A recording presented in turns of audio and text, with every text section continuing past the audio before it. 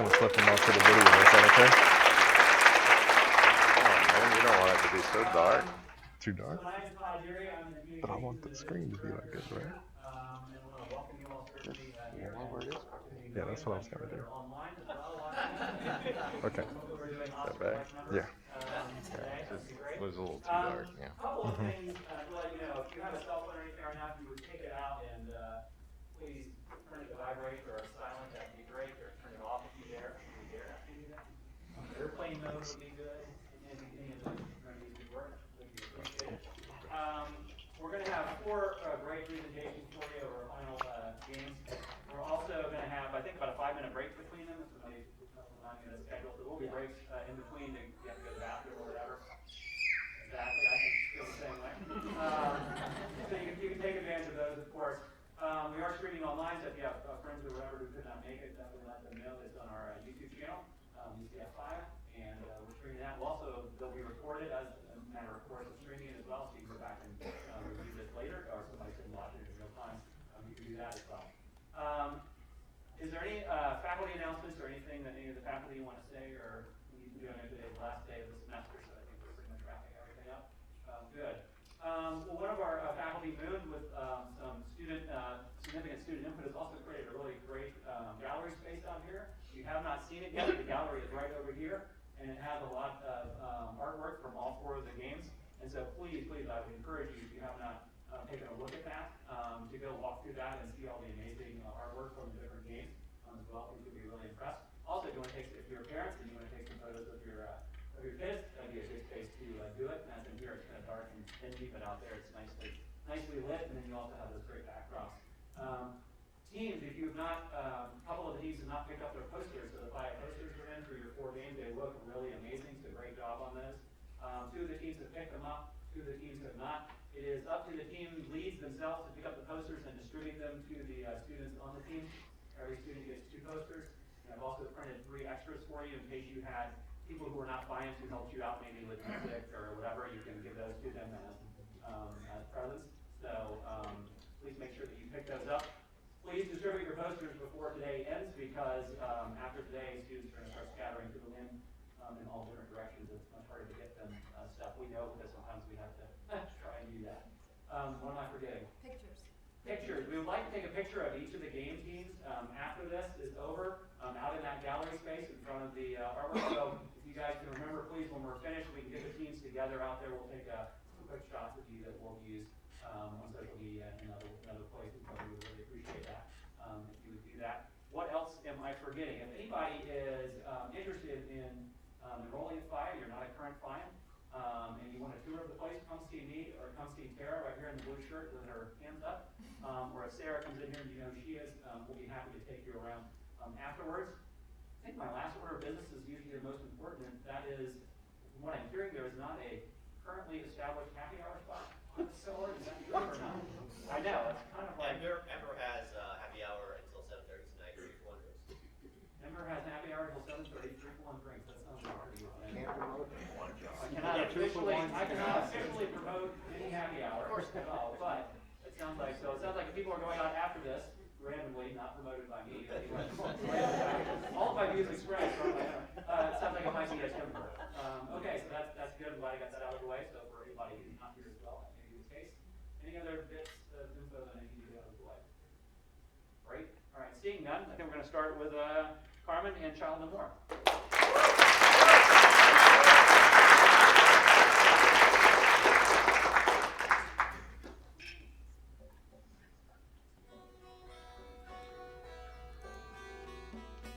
The idea stemmed from a very personal experience of mine. And when I decided to turn it into a game, my goal was to convey that same kind of experience, well, almost the same experience, to people who in no way could have gone through the same. So we all want to feel like we're doing something meaningful in the world, right? We're here at FIA and we want to make games, and we're all here for different reasons. I definitely didn't come here to make games about war because I experienced one when I was a child, but I came here to build games because I knew they could shape people's lives. And I knew that FIA was a place where I could not only learn how to do that, but also be around people who have the same passion and have the same goals.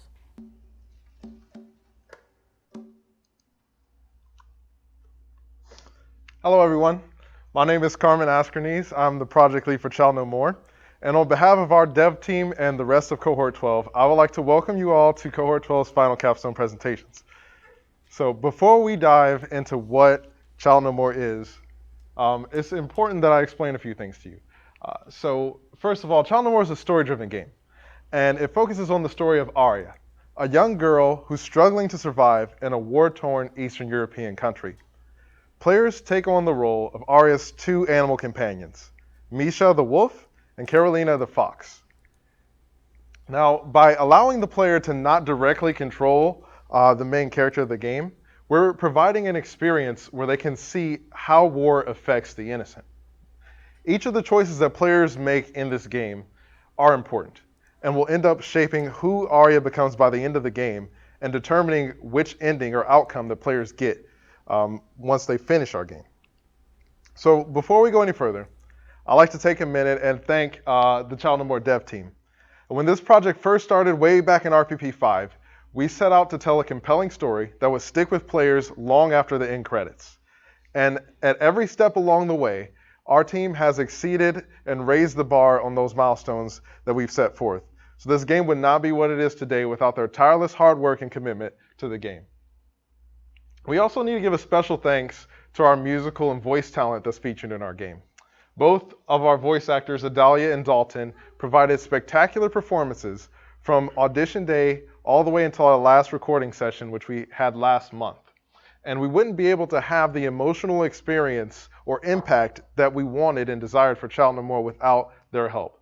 So thank you both for your commitment. Our game also features original music and sound effects, which were provided to us by the talents of Dr. Stella Sung and Matt Tracy, both who are here today, so say hi to them. Yes, thank you guys very much. They did a phenomenal job, and without them, we wouldn't be able to have the cinematic experience and meet the goal that we wanted for Child No More. So a few more things before we get into the game. I'd like to reiterate that players will be playing as Misha the wolf and Carolina the fox. Now as Misha the wolf, players will be able to attack and quickly dispatch of enemy soldiers, or they can growl and distract the soldiers' attention toward the wolf and away from the rest of the group. If Arya sees Misha kill a soldier or sees a soldier's dead body, that will cause her to lose innocence. Arya's innocence is represented by the heart that you see here. And as Arya loses innocence, this heart will change. And once that heart has shattered, Arya has lost her innocence. Carolina, the fox, acts as the scout and can leave behind paw prints as waypoints for Arya. Carolina can also tell Arya to hold her position, which will be represented by the flashing paw print that you see there. So now that you understand a little bit about the game and the project, let's dive into the game itself. So I'd like to ask Inés to come up here and join me.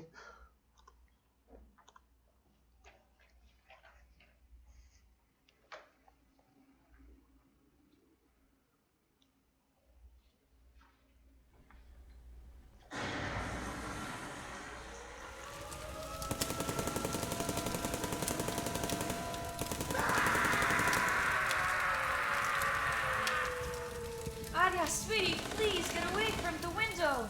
Arya!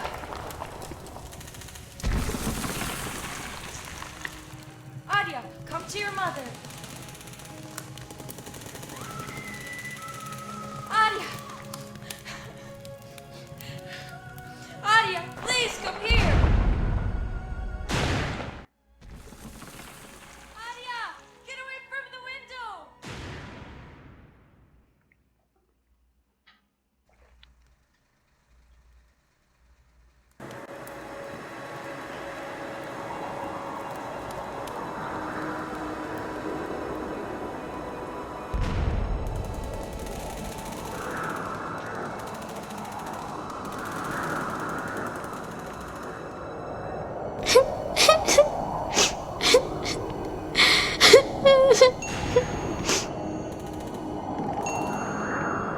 Mommy might be okay, right, Carolina? We should go back. Misha, you could dig through the rubble, right? She might be stuck there. Stop! We need to go back!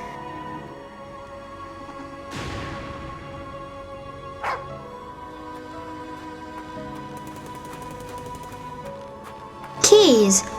For the door?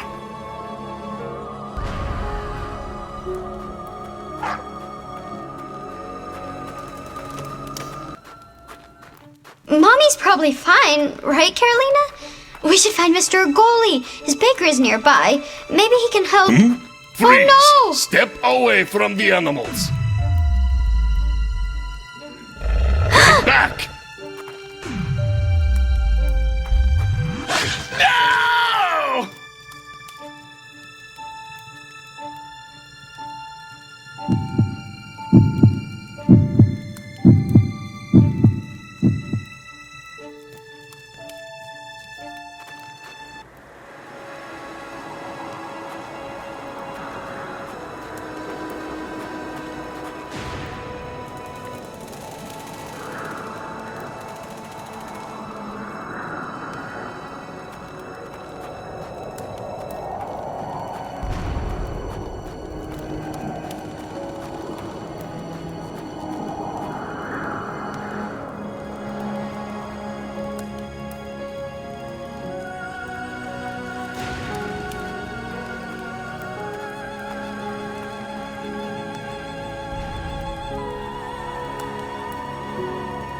What is this? They saw us!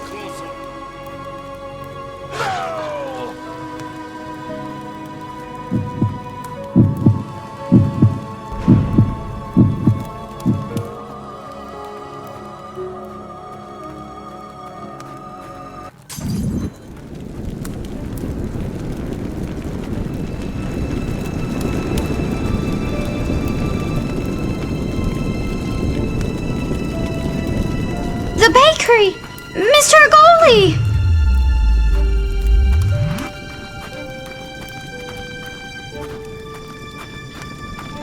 Watch your city burn, servant dogs.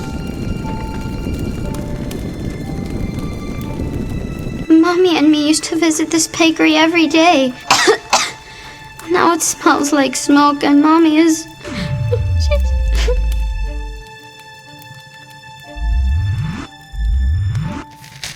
What's this? We're leaving the city. It has become too dangerous. Stay safe. Carolina! Mr. Agoli is okay! See if you can find him. Mr. Agoli can keep us safe. He was always kind to me. I think you'd like him.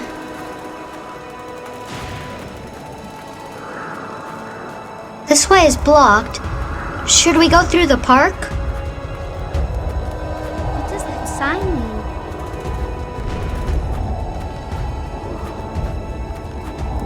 Don't go far.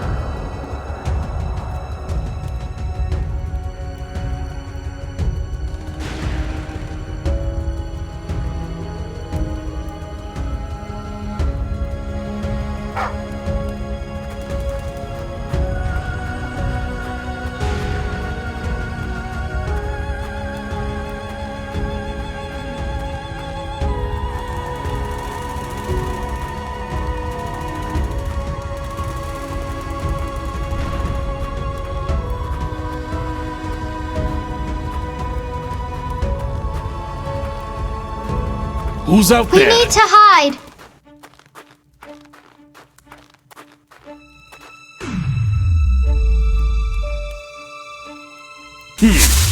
I know I heard something.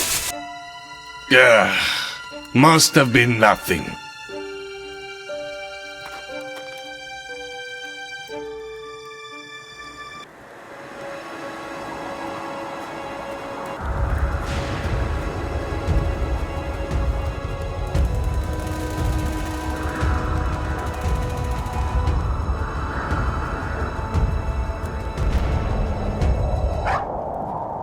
It looks empty. There's no one here.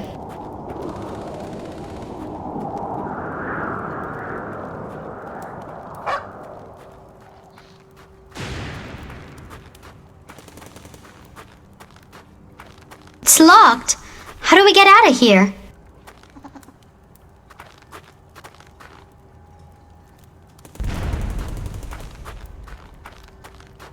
They're all gone. All my friends, Mommy. I'm alone now.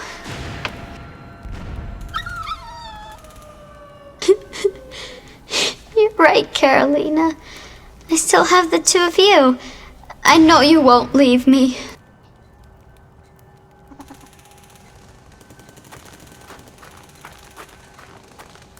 I found the key.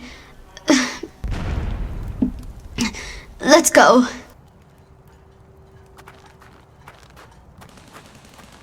What is it?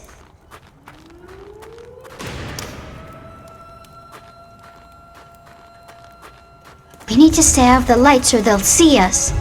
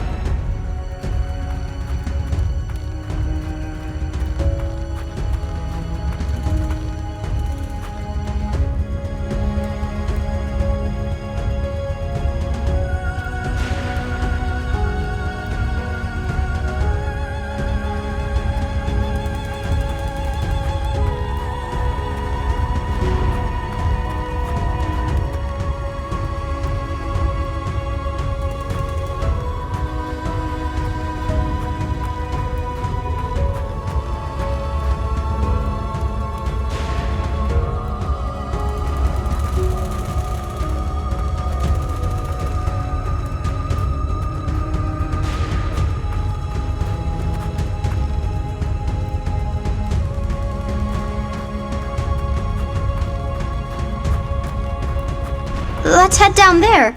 We can avoid the soldiers that way.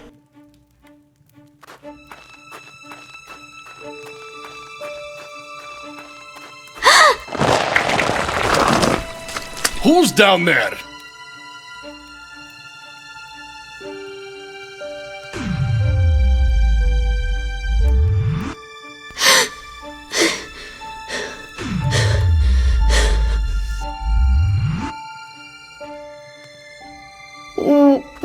What is it?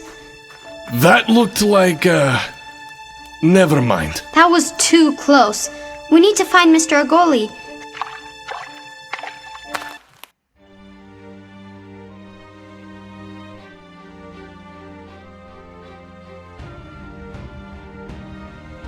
Stop right there!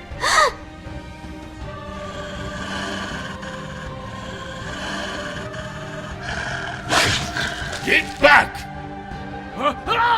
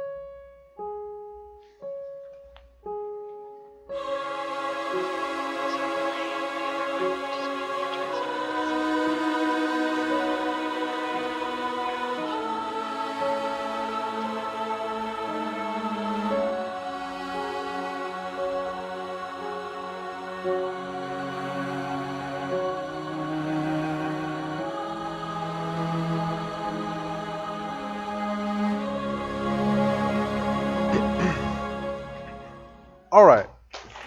Thank you. Thank you. Thank you. So what you just saw was one of the potential playthroughs that someone could experience when they play our game. We've compiled a compilation video so you can see some of the alternative choices you can make. So let's take a look at that.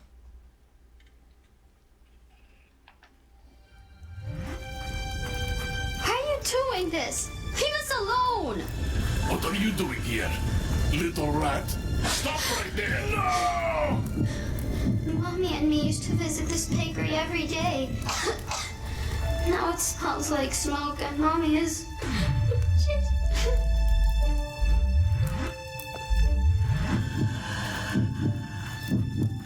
I know, Misha. We have to leave.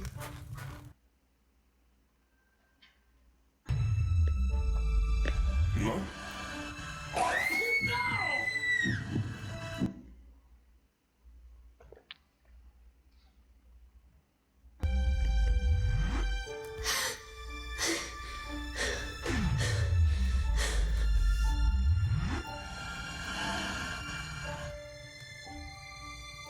I could have sworn I saw something.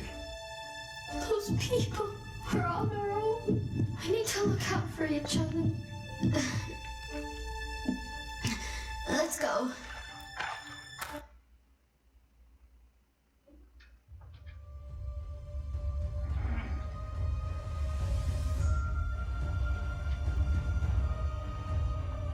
Stop right there!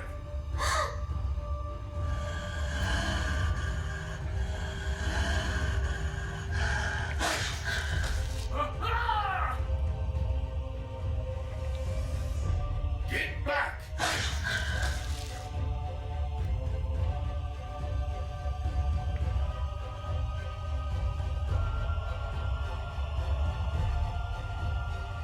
I'm going to put you down.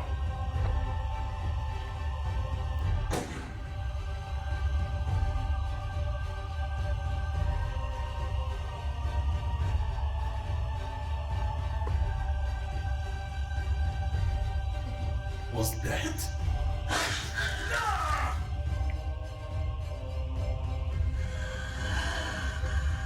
Misha, stop.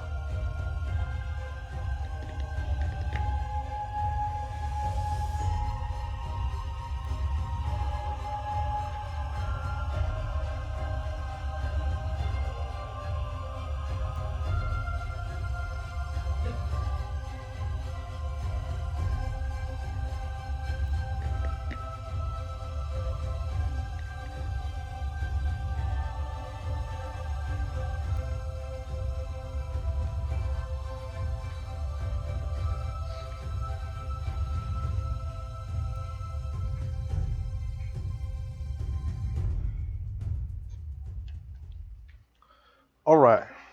Thank you all for your attention and time. My name is Carmen Askernes, and this has been Child No More. You good?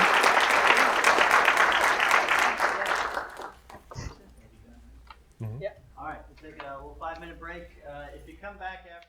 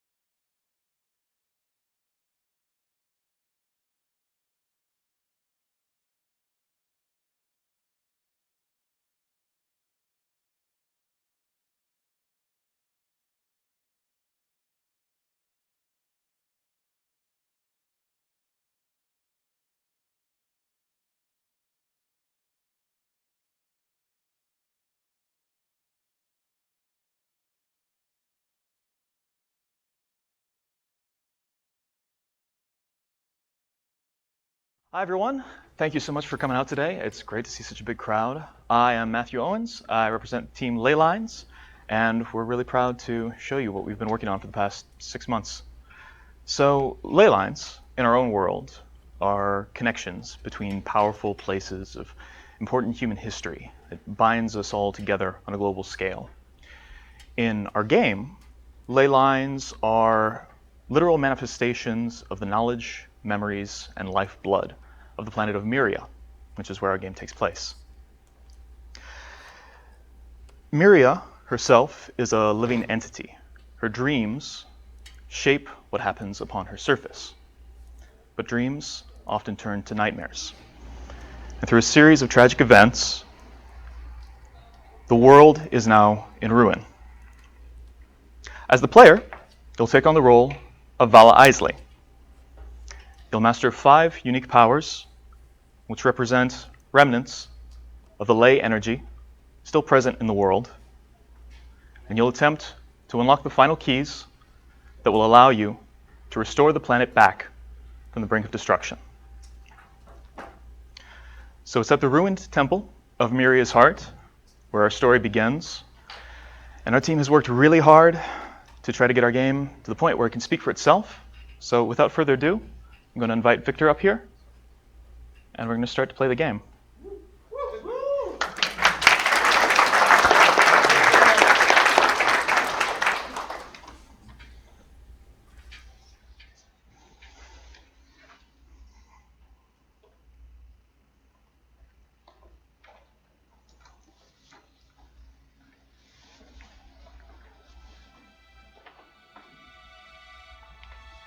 Just the sound. Yeah, okay, that's good.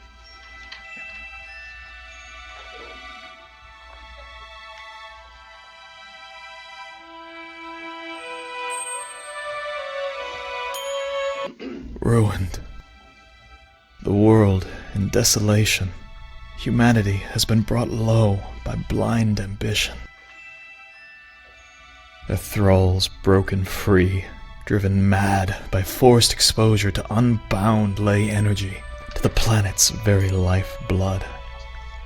All connection to Myria's heart, to the core of the world, severed. Yet one final hope remains. Woven from the world's dreams, to restore that which has been lost.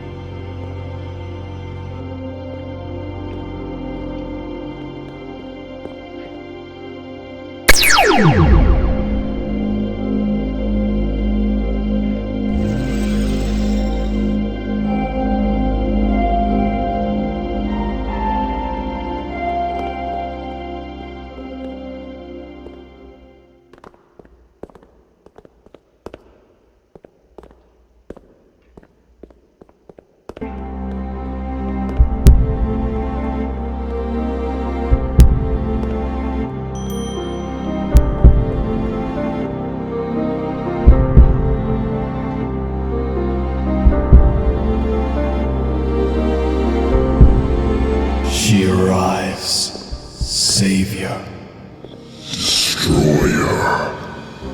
trials overcome, all nearly restored. My children slain. Now the final act. Go, your destiny I will not hinder.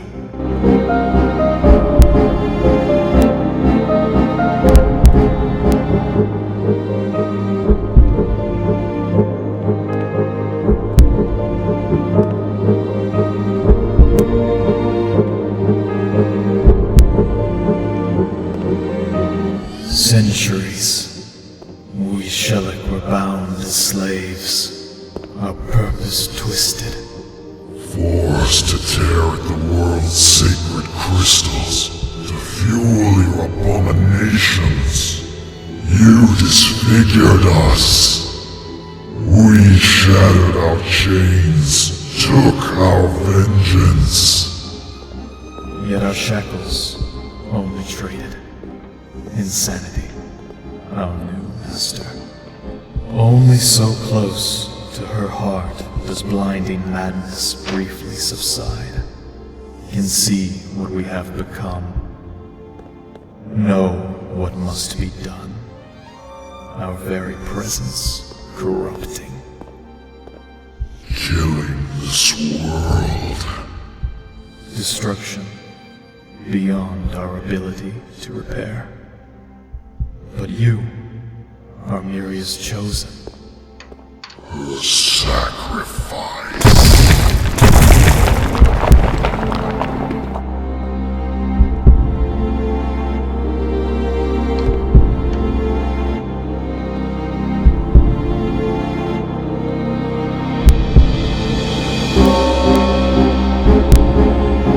You were woven as a vessel. The embodiment of our suffering, yours to contain.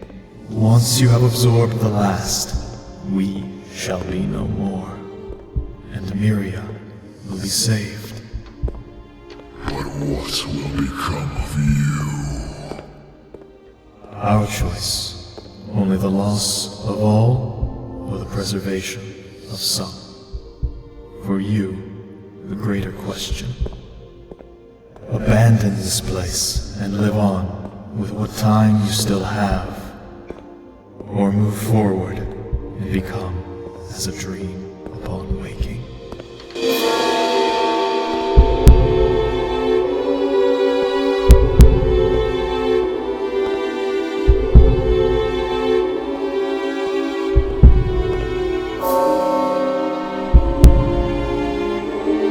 No, her last hope would not fade so easily.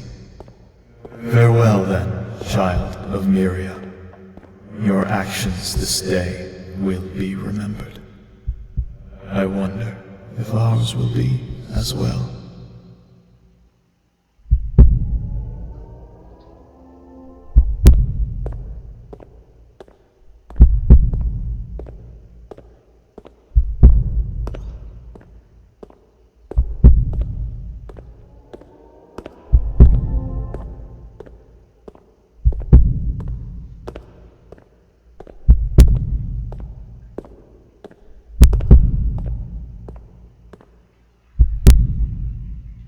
For those we love, sacrifice is made without hesitation. A mother for her children, a sister for her brothers, one for many. Because a singular act forgive the mistakes of our past, can heal wounds, give new hope, and promise to our loved ones a future where dreams can live.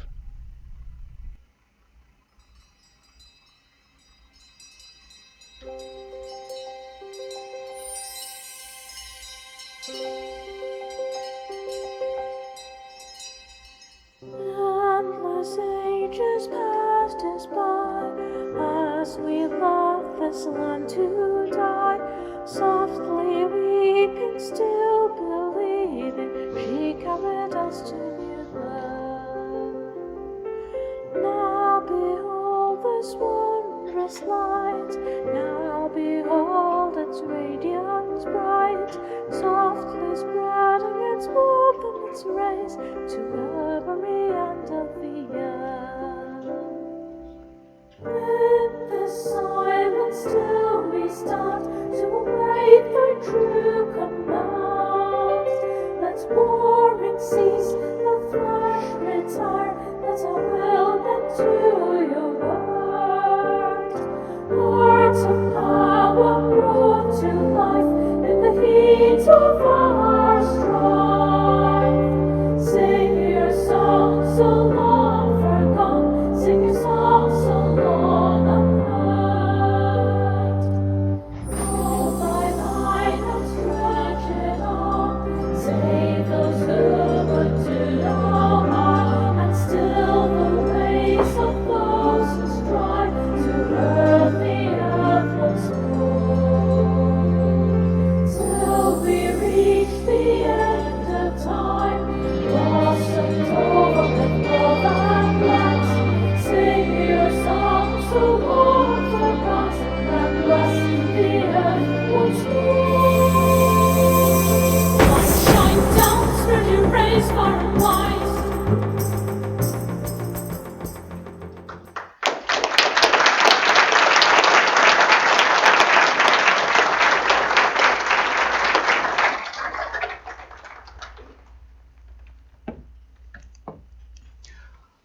Okay, so that was Ley Lines. One of the things we're most proud of as part of the Ley Lines team is that we took this game through pretty much an entire production cycle from beginning to end. We managed to launch a green light campaign in the midst of development. After 3 weeks on that system, we were successfully greenlit by Steam. And while we aren't available for download yet, within the next month or so, we should finish all the handshakes necessary with Steam, and Ley Lines will be released free to the world on the biggest digital distribution platform in the world.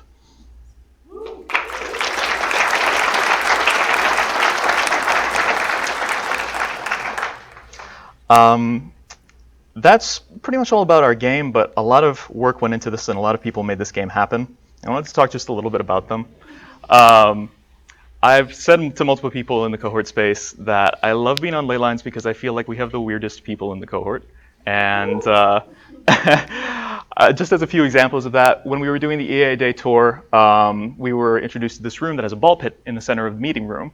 And they invited us to jump in. And without hesitation, all 3 Ley Lines members that were there jumped right in.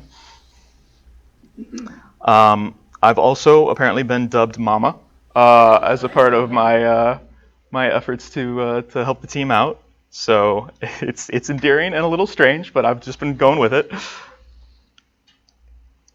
And this is probably my favorite conversation between 2 human beings in all of human history. This is a dialogue between our lead programmer, Al Stabar, and John Michael Bell, another one of our programmers.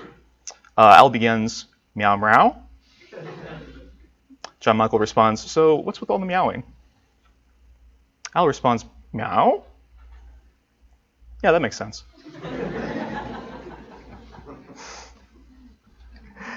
So you've probably heard it said that people usually end up adopting animals that reflect the appearance or the personality of their owner. And through this whole process, I've sort of found that when developers are given the freedom that we are here at FIA to make the sort of games that they want to make, it ends up being a reflection of the people who make it too, in that same sort of way. And there are 3 sort of terms in particular that I think I would ascribe to most of the members of the Ley Lines and to the Ley Lines game itself. It's a little quiet.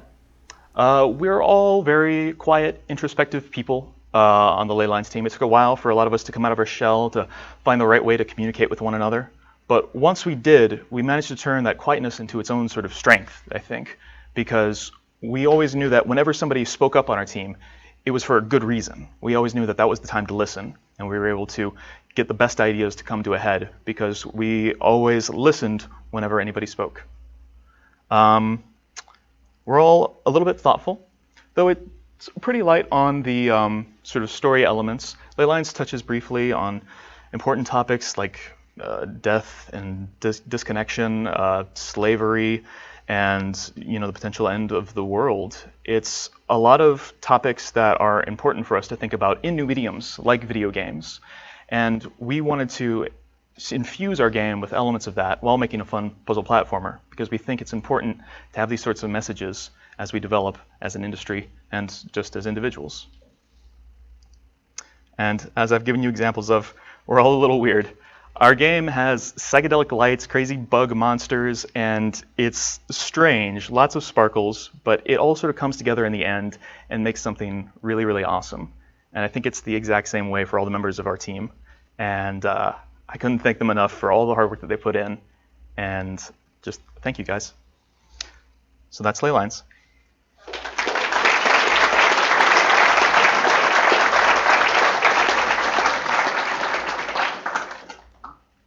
All right, we'll take 5 minutes and we'll start again.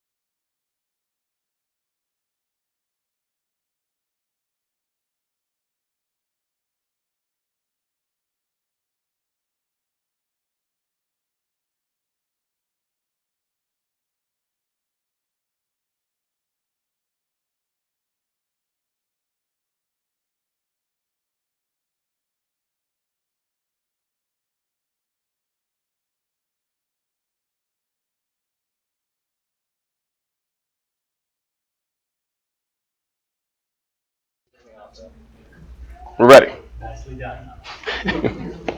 That's only the second time it worked. So how you guys feeling today? Feeling good? Very pleased. So my name is Maurice Bess. I am the project lead for Sketch Artist. This is a really cool project that was concepted by our lead designer, Joey, over there. So our game is a humorously exaggerated take on the day in the life of a police sketch artist. So I know it's a lot, but bear with me. It's a mobile game. We developed it for the iPad. So we wanted to take advantage of that so that the sketching really feels realistic. In the game, you're going to be listening to eyewitness accounts of crimes. They're going to be very humorous. And inside of that, you'll be listening for facial features that they're describing, and you're going to sketch those facial features. I want you to notice that in the background also, one of the mechanics that we came up with were these distractions. Because the main mechanic is sketching and paying attention, we wanted to have a secondary mechanic that sort of juxtaposed that. So you'll have these crazy things that are going on in the background and try and distract you. So actually right now I'm going to have Joey come up and he's going to demo the game for us. Let's switch over and hit the lights.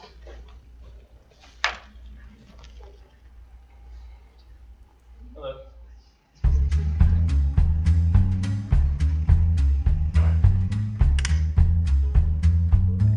All right, settle down, settle down. We all know we have a crisis here on our hands out in Plattsville.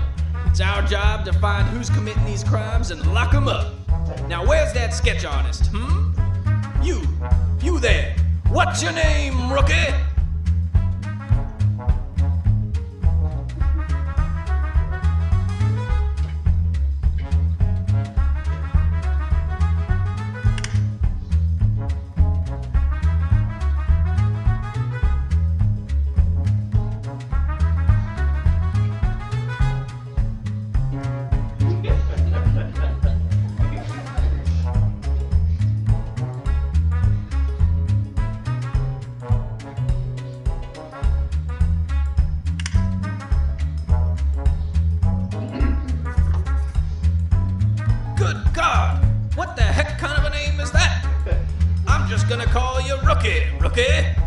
Your job is going to be to sketch up all the assailants these witnesses describe.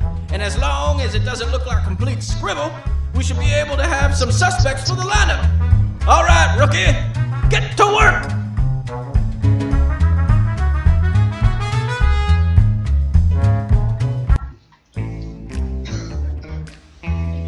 You can access the open cases from the database.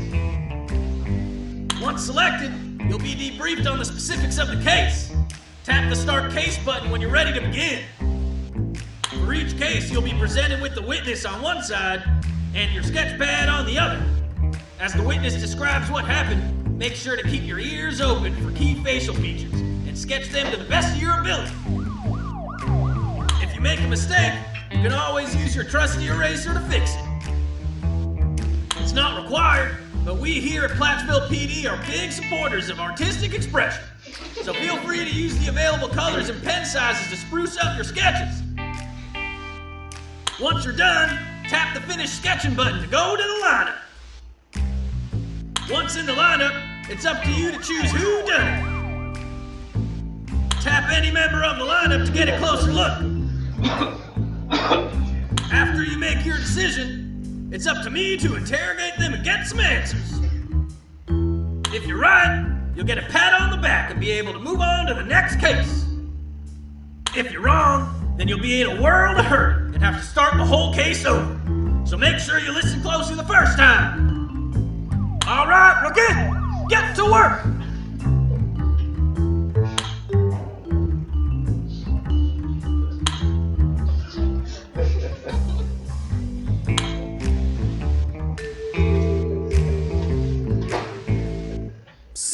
Hey, down here. What are you doing? Get down. Now I know what you're gonna say, but I'm telling you, they're here. You boys need to get your heads out of your behinds and listen to me for once.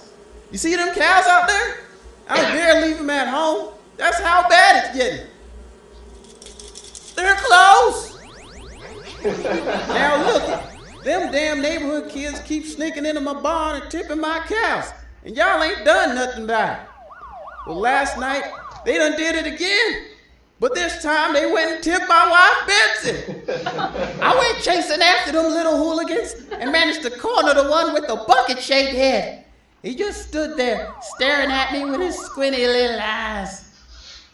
Poor Betsy, trying to feed the barn cats, and the next thing you know, she's flopping around like an upside-down turtle. Look, she may not be a tiny woman anymore, but she's still my beautiful Betsy. And that jackass with the tumbleweed hair tipped over like a damn cow. Poor girl puts on a moo-moo and suddenly everyone's a comedian. Her back hurt too much to climb up into my truck, so I had to put her on the trailer with the rest of the livestock. He took off running, but it was slicker than snot on a doorknob out there. He tripped in the mud like the pig-nosed swine he was. Almost busted them chicken lips of his. Heck, I'm surprised he could see it all with those thorn bushes he called eyebrows.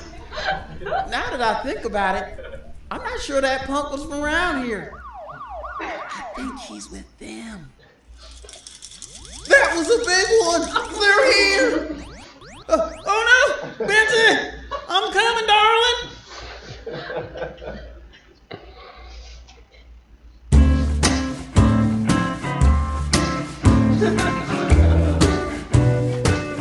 He's got the pig nose, but just squinty eyes. Leanne has the pig nose, but where are those chicken lips at? Nothing. I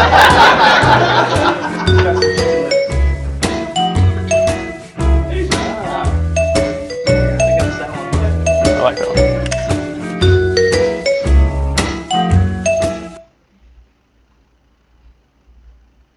Now you gonna tell me where you were about that? What you doing about? Yeah, I don't got time to get about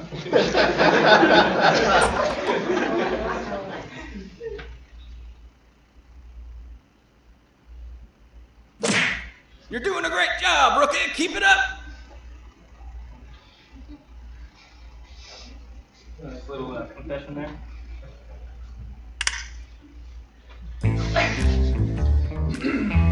Also, if you notice the drawing at the beginning, you do it yourself.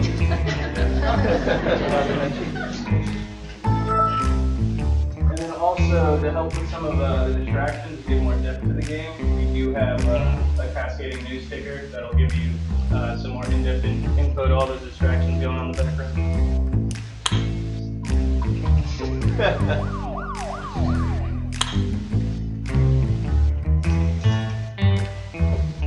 Officer, the name be Scurvy Steve, and I have a story for ye. Me crew and I caught wind of a blackout on the mainland, so I thought I'd let them stretch their sea legs and go a-plundering. So there I was, all alone on me ship, when I heard a sound like a kraken coming up from the depths. Bam! My booty was gone! Look at this, officer! There was once a masterpiece here! The finest specimen of rounded flesh you've ever seen! And now it's gone! Ah! All right, fine. This here's Herbie, me therapy parrot. Now where was I? Ah yes! Next thing I knew, I was looking into the enormous eyes of a mermaid, an ungodly mix between fish and woman. I tried to take back me booty, but she whipped me hand with her long seaweed-like locks. I worked hard for such a fine booty, lifting and toning. Look at it, officer! Just look how round and plump it was! Ah, and this one, Cancun in '84. What a fine year! Thank you, Herbie. Filled with rage, I almost swung at her needle-like nose, but then I realized who she be! Me ex-girlfriend, officer! I'd know that sharp dagger-like jaw anywhere! She was able to slip away and had the nerve to blow me a kiss with those big lips of hers before disappearing like a coward into the depths. She knows me booty brings all the girls to the stern. I used to shake it like this. and they'd all come a-running. But now me shaker is down in the depths with that evil woman. Curse that slimy sea wench! Yarr! Fine! I be nothing without me booty, officer. It's for the scurvy.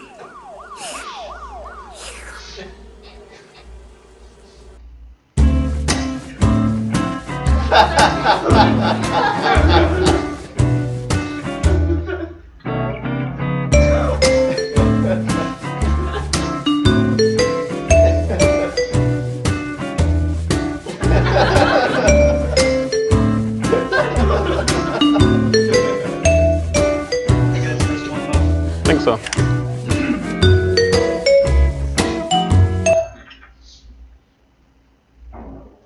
Now you're gonna tell me where you were about that? What you doing about? Yeah, I don't got time to get about that.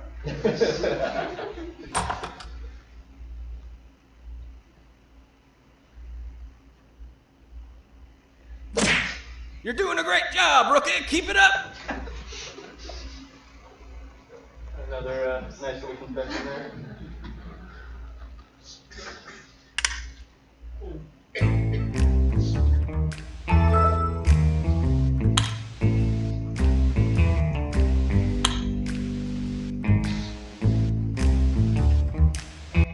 Hello, mate. Professional birdwatcher Chuck Speed here.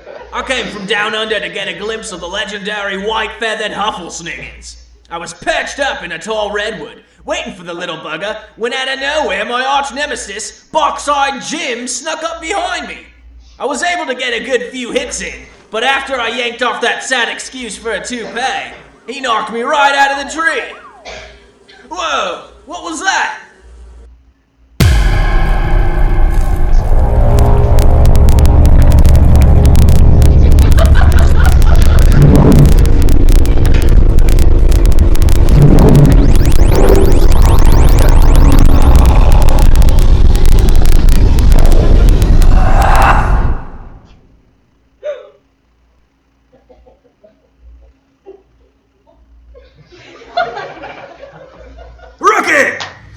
Have taken over.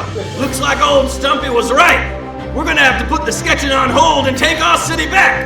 You ain't a child no more, Rookie, so man, we have to channel our bravery and lay lines in the sand. Let's protect what's ours. All right, Rookie, let's get to work.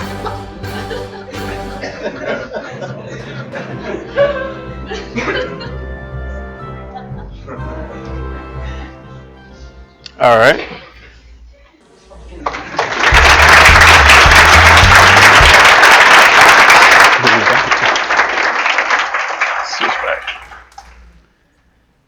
Oh. Thanks, man. Oh man, I'm so happy that went well.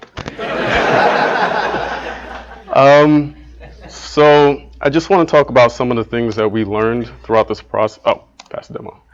Here are some of the things that we learned going through this process. Number one, teamwork and communication are extremely important. Having a team and members that are willing to help at any moment with anything that needs to be done is incredible. And then you have to be able to communicate with them. Communication can just be the downfall of any project. And so is scheduling. Scheduling is extremely important if you want to get anything done. For anyone who's coming into next cohort, that is extremely important. Both of those things are. Know your platform inside and out. We were working on the iPad, but we were building our game on the PC using the Unity engine. And building it on the PC and looking at it there is one thing.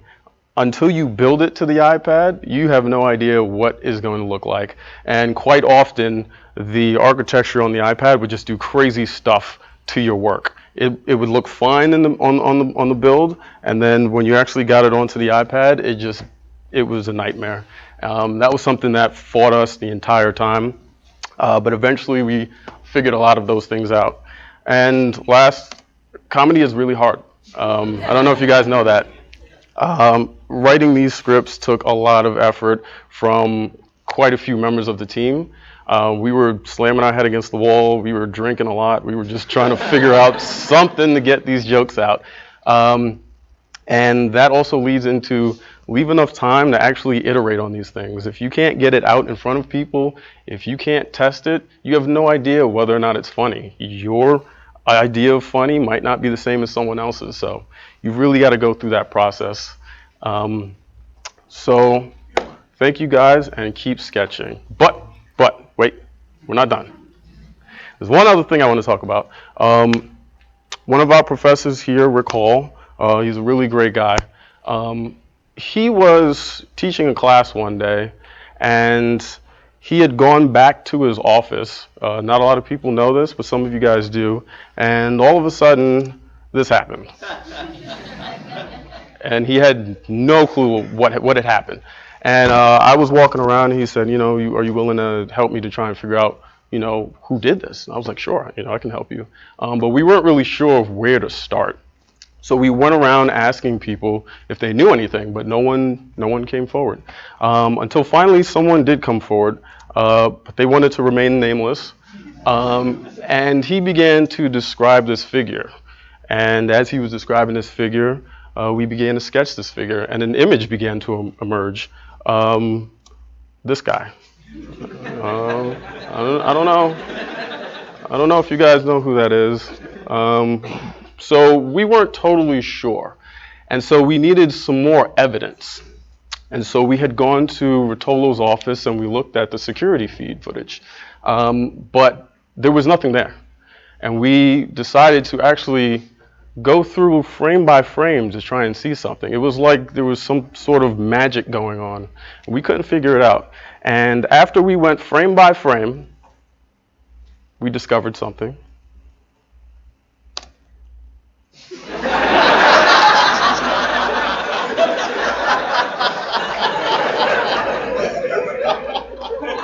The balloon fairy. That was one of my team members. That was Brian Corpus. Yeah. Yeah, give him a round of applause. He's doing great.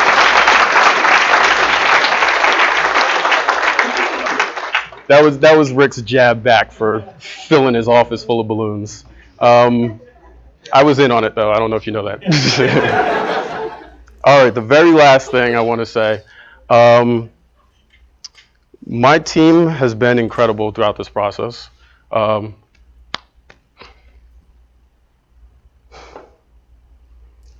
Sorry.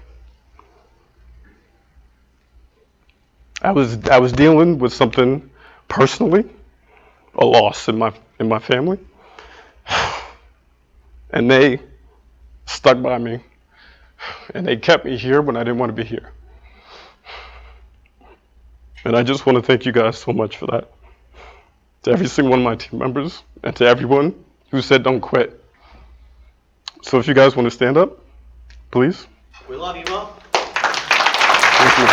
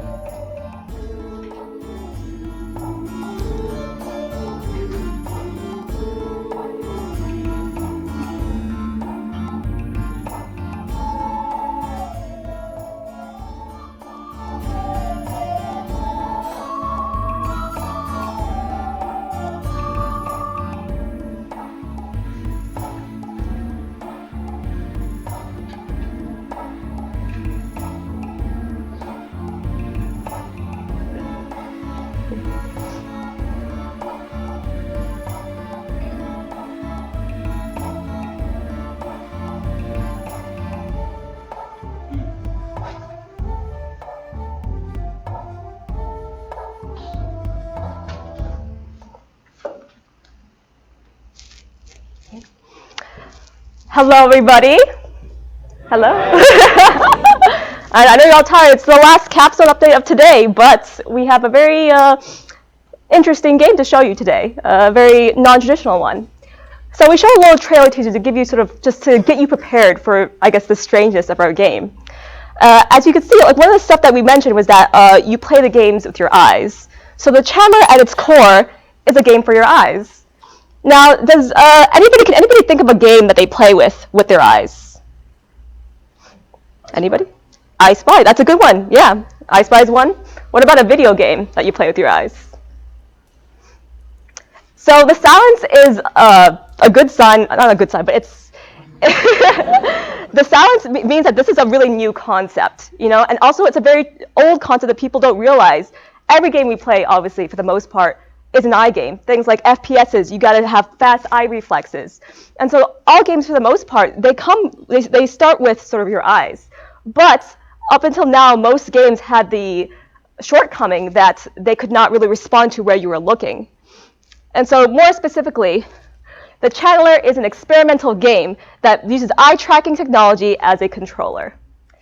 So when you're originally when the original pitch was made, you know, the first sort of image that we made is we sort of thought, you know, what if you're playing a game and the hot female character could actually tell if you were actually looking at her cleavage, you know? What if that was an actual thing? So at first it was just like a joke, sort of a joke image at the first pitch, but really what that question meant was, what if games were more responsive to your actions, to your eyes? What if where you looked actually mattered? And then we took it a step further. What if where you're looking was your superpower? And so that brought us to the original pitch, the original prototype of the Channeler. Originally, the idea of the Channeler was that you were somebody with the power of the third eye. You had the power to talk with special ghosts and spirits from all over the world.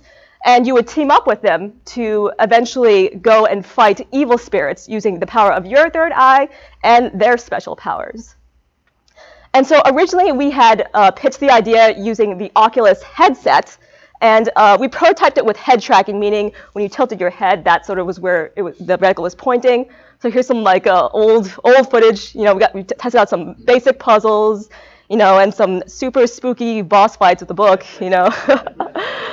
So this is when the Channeler started, and originally we were supposed to be a VR experience. Somewhere around the pitch process, when we actually contacted the people who made eye tracking into the Oculus Rift, they told us that to get eye tracking on a singular Oculus Rift headset, it would cost about 15 grand. And you know, it's like $3 above our budgets. So instead, because we weren't there for VR, we were there for eye tracking, we instead acquired the Tobii IX. So this is what controls the game. This is an eye tracker that uses near-infrared light to sort of decide where you're looking on the screen. And these only cost, you know, $139, so it's a little bit less than the 15 grand, but you know, definitely more affordable. And then once that pitch passed, we went straight into the original pre-vertical slice phase.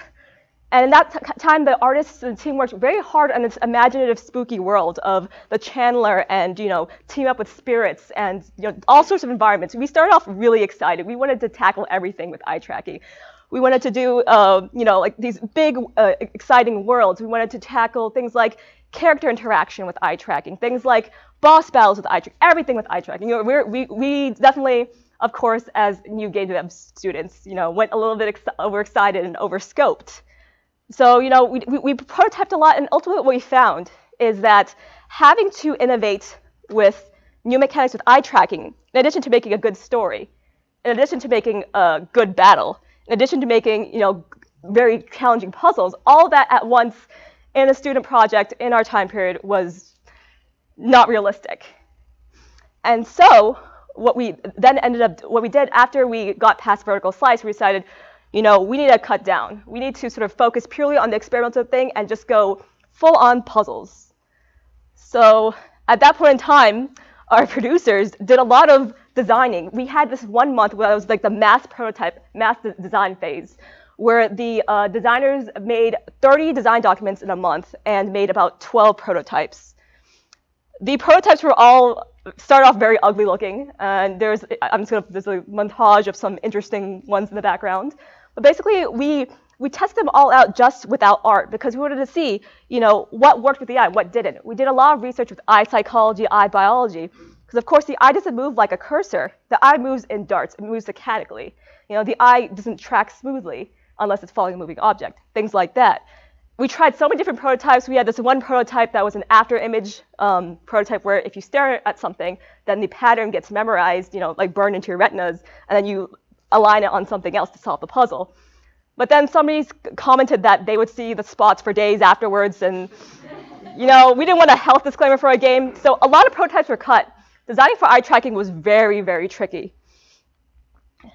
But ultimately, when we then find the puzzle that worked for us, our final what really pushed us to the end, to the final vision, was what we call the turning point. In our postmortem, we have this little whiteboard drawing on our board because this was really the point where we turned. Yeah, I know how the faculty love whiteboard updates, but this is really a momentous time because that's when we sort of simplified something into a small contained environment. We simplified the characters from complex ones to silly, spooky ones so that we can get more ridiculous with our puzzles, so we could get more fun with it. And at that point, we then developed into the purely puzzle-based, purely exploratory game that you saw in the trailer.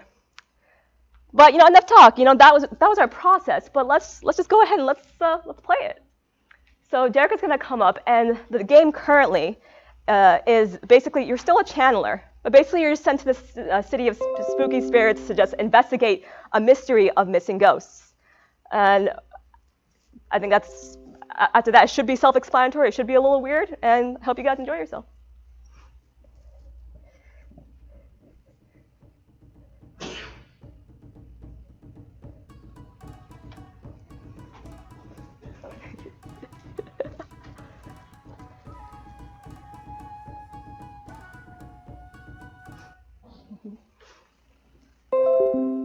So this portion is the calibration phase. Basically, every time you start play for the first time in that day, you want to recalibrate specifically for your eyes. So this is a little mini game. Right now, Derek is just looking straight at the dots, and where he's looking is going to affect, obviously it's recording where he's looking. So in the game, the different type of controls that the player has, the player can obviously look with their eyes, but the game also records when you wink, when you blink, and other sort of fun things. So, yeah.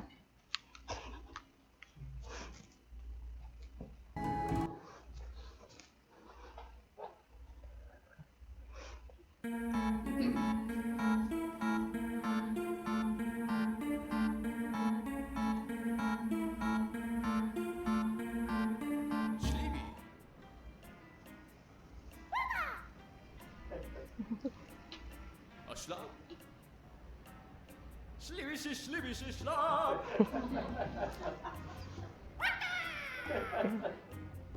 Schlibische Schlag. Waka waka, waka waka waka. A schlibi bibi schlibi babbel de blabschlag.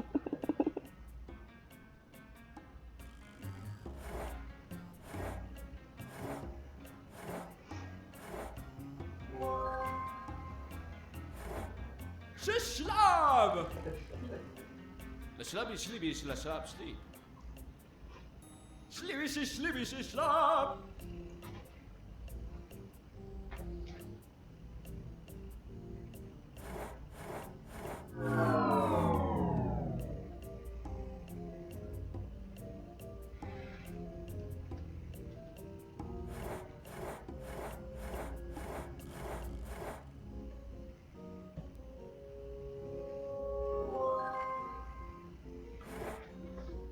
Schlabby, Schlibby.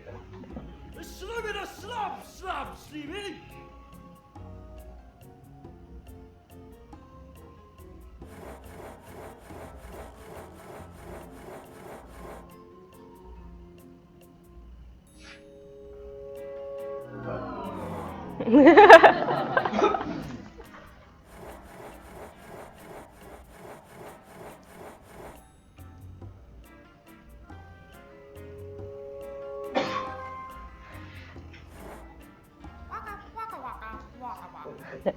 A schlap?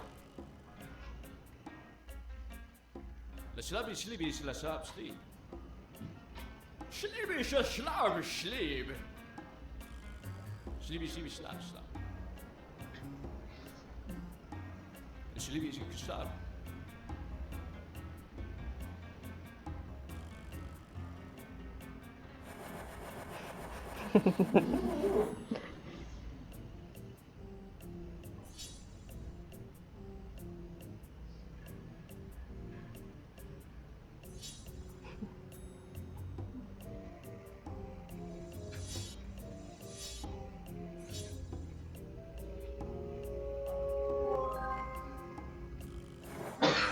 A schlap?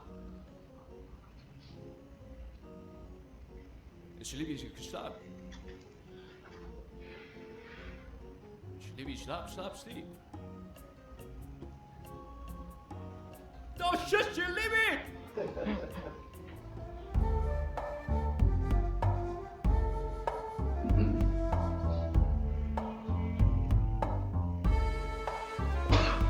Please turn this pause.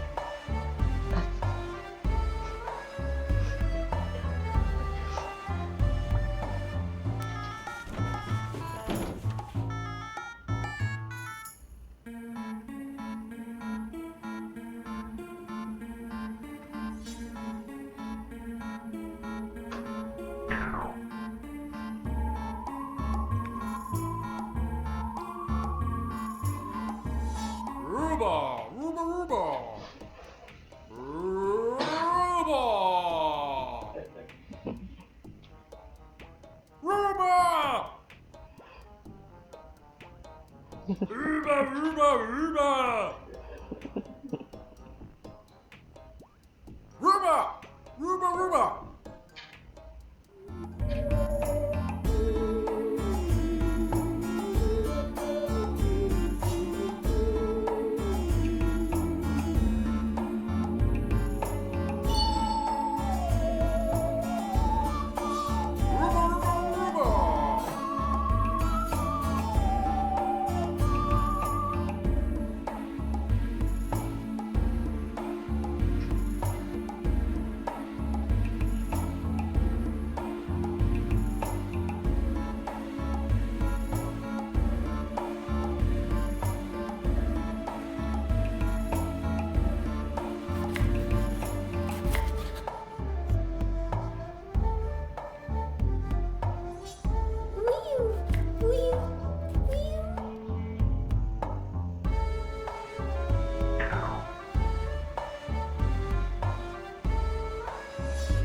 Ruba! Ruba, Ruba! Ruba! Ruba! Ruba, Ruba! Ruba, Ruba! Ruba, Ruba, Ruba! Ruba! Ruba, Ruba! Ruba, Ruba!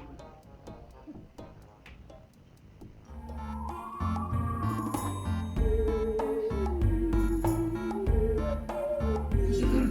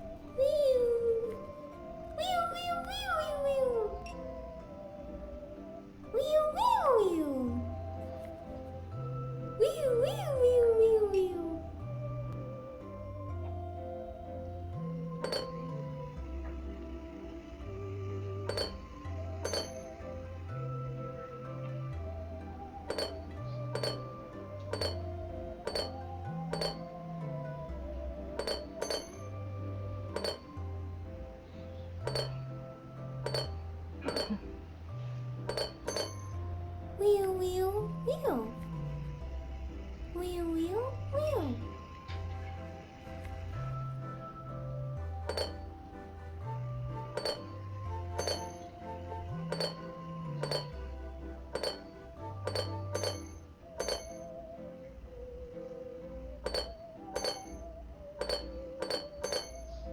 Wheel, wheel, wheel.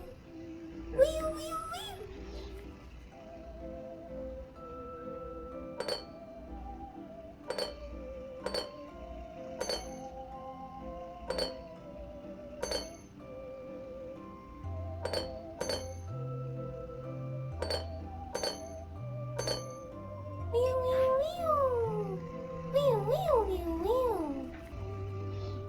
wheel, wheel. Wheel, wheel, wheel. Wheel, wheel, wheel, wheel. Wheel, wheel, wheel. Wheel, wheel, wheel.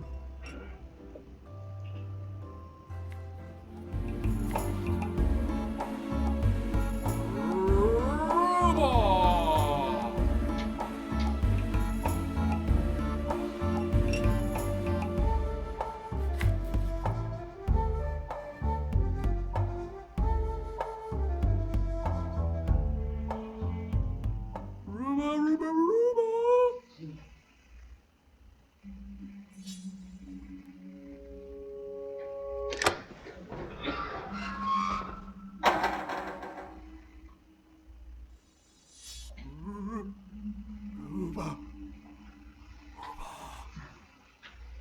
wheel.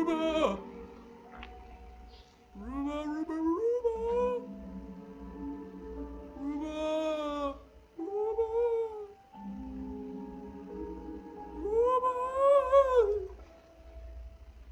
Wheel, wheel, wheel.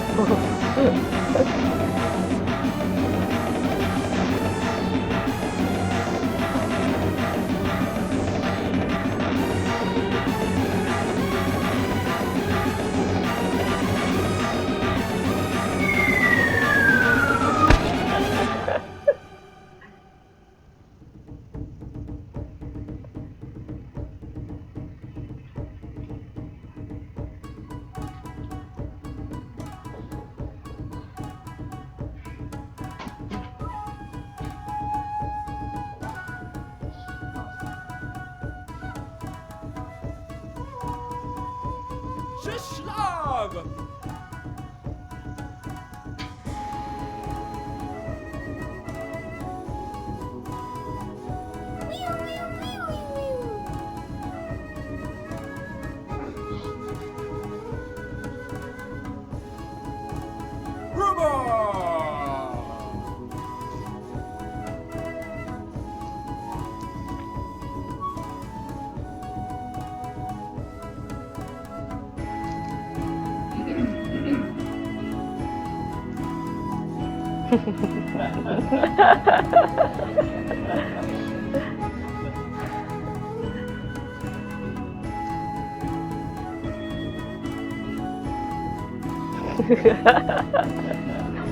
Long live space whales.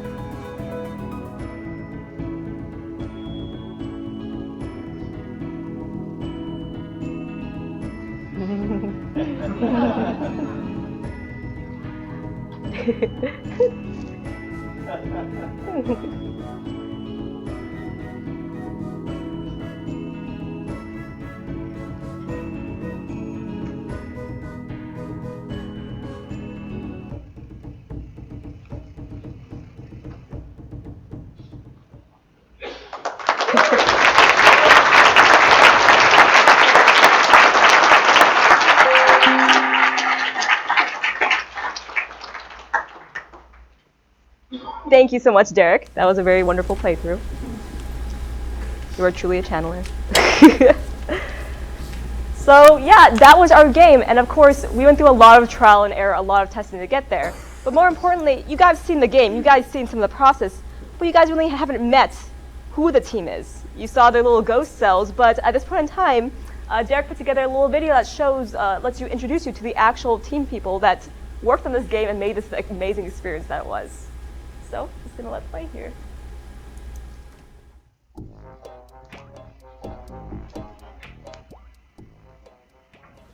Ruba!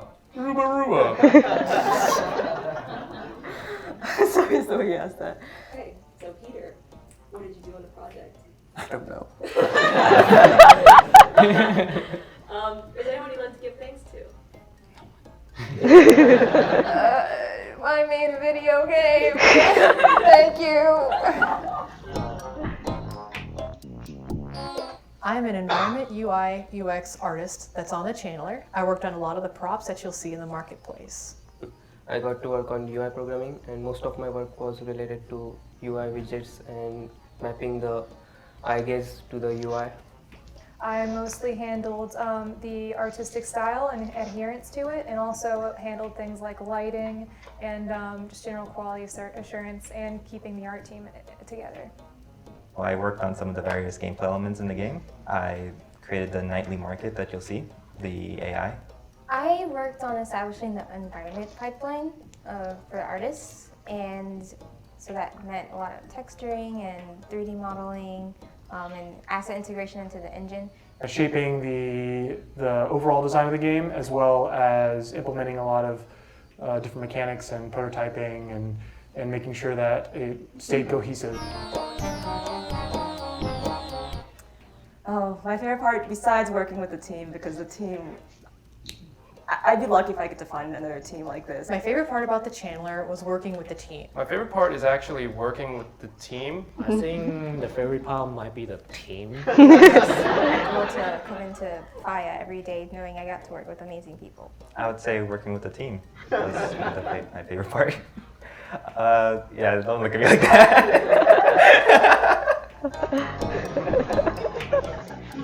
I would say organization. Would be Unreal Engine itself. Okay, yeah. So working with Unreal's documentation. We need to think as a project as a whole, the game as a whole. So when we do some feature, you need to think and communicate with people. So if there's no communication, then it means there's no connection. When we introduced our reticle, the eye naturally has a lot of jitter and darting back and forth, and we wanted to minimize that so players wouldn't end up focusing on trying to control the eye tracker and focus more on the actual game itself.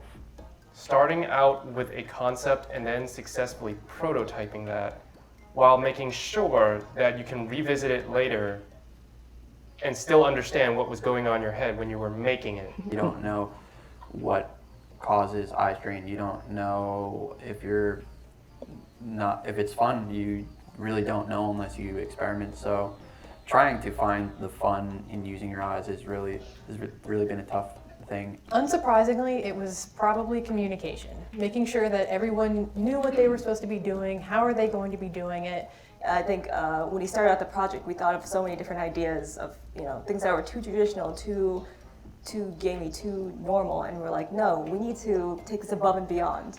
And so I think that was the biggest challenge, but I think once we started really thinking outside the box, really getting creative, really prototyping here and there, I think that we really found something that's very unique, very fun, very special.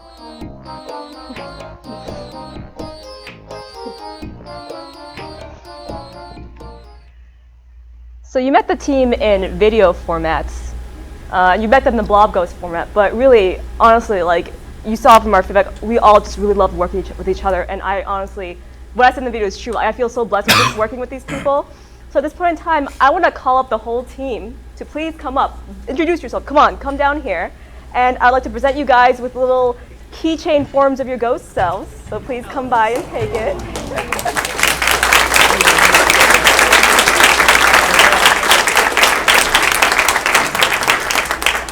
So hopefully in the future, when you look back at these keychains, you can remember how Capstone worked you to death, So Yes, please. Over here. Okay. In addition, so again, guys, like when we went through our post-mortem, we came up with like pages of things that went wrong, but like probably like 3 pages, single space, no bullet points, no spaces. But when we talk about what went right, the biggest thing was the team. We talked about how our communication, our cohesiveness, our cooperation, and our resilience really got us through this. So, you guys, honestly, I'm so happy to have worked with this on this project with you. In addition, I know we also had a special vote to vote for the most reliable person, otherwise known as the Bucket Awards. So it is the most prestigious award of all time because buckets are amazing. Buckets, they carry things. When there's a leak, you put it under it and it fixes it. So the bucket of each track was somebody who really was there for the other people on the team to make sure to support them and to always, put in the extra time, put in, the extra cooperation. So the team did a vote and each track had their own winner. So I'll present to you an award. When you hear your name, please come in and collect your award. So the winner of the production bucket award is, it's not production, this is production. It's Peter Napolitano. Where's Peter? Here you go, Peter. Here's your bucket. And the winner of the programmer bucket award is Nihav. Nihav did it. And finally, the winner of the Art Bucket Award is Claire. Claire Wright.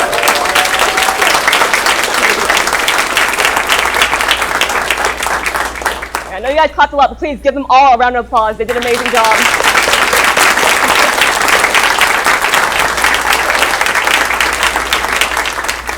Thank you, guys. Thank you. And with that, again, thank you all for coming today to see all the presentations that were here today. Friends and family, thank you for traveling near and far to come see us. Thank you, Mom and Dad. Thank you, brother and sister, sister-in-law. And, thank you especially faculty and staff. Really, when your feedback, when it hurt good. When it was helpful, it really boosted us up. We really appreciate all the work that you guys did, all the support, and it was really an incredible experience. So thank you all. And Capstone is officially complete.